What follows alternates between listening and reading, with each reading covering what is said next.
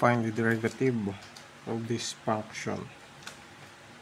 So, chain rule ang ating gagamitin. So, tingnan muna natin yung outer term. So, yung outer term natin ay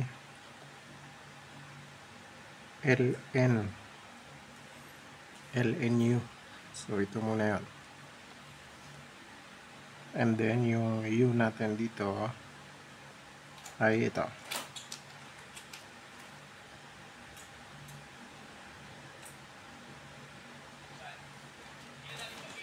Okay. Then, mayroon din tayo, so, yung pinaka-outer function. So, next. So, i-letter B na lang natin. So, we have cosine 3x raised to 4. And then, yung pinaka-inner term, i-W 3x raised to 4. Bale, meron tayong 4 na function dito. So, from the outer term, next outer term, so ito na sa papunta na sa pinaka-inner term. So, ngayon, yung derivative. So, de-derive natin.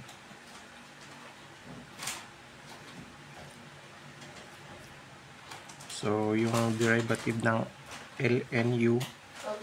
So, dito natin ito isulat.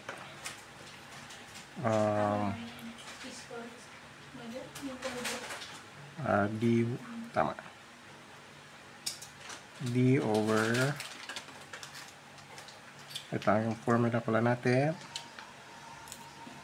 dy over du times du over dv times dv over dw times dw over dx. So, ito muna tayo sa dy over du.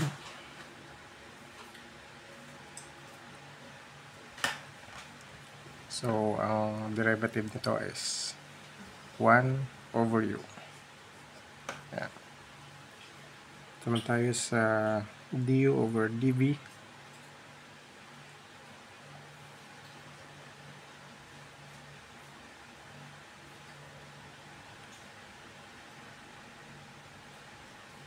So, ito lang yan. 5 times 1 magiging 5 cosine, then 5 minus 1, 4. Then, copy yung 3x raised to 4. Yeah. So, next, ang dv over dw. So, meron tayong cosine 3x raised to 4. Ang derivative ng cosine is negative sign. And then, kopya yung 3x raised to 4. Ayan. And then, yung last. dw over dx. So, yung derivative ng 3x raised to 4. 4 times 3, 12. Copy x. 4 minus 1 is 3. So, ayan. Kompleto na lahat. Substitute na lang dito. dy over du, ito yun, 1 over, so yung yun natin ay ito, okay yan.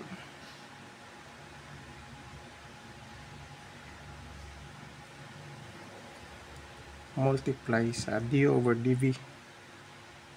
Ito. Copy yan ito. 5.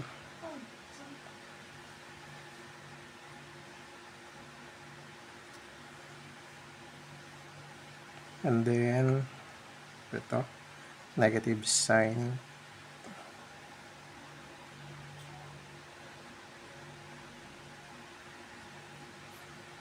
Hindi na magkasya. Okay. Times yung 12x cubed.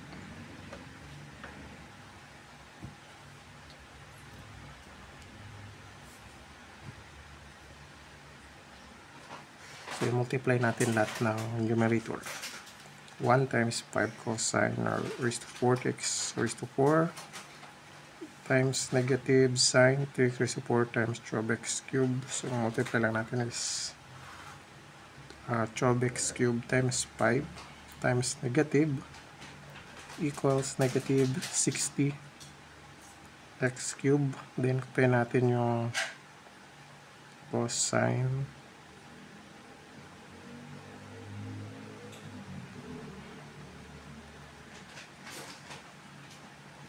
Ayan. Over. Yung denominator is ito.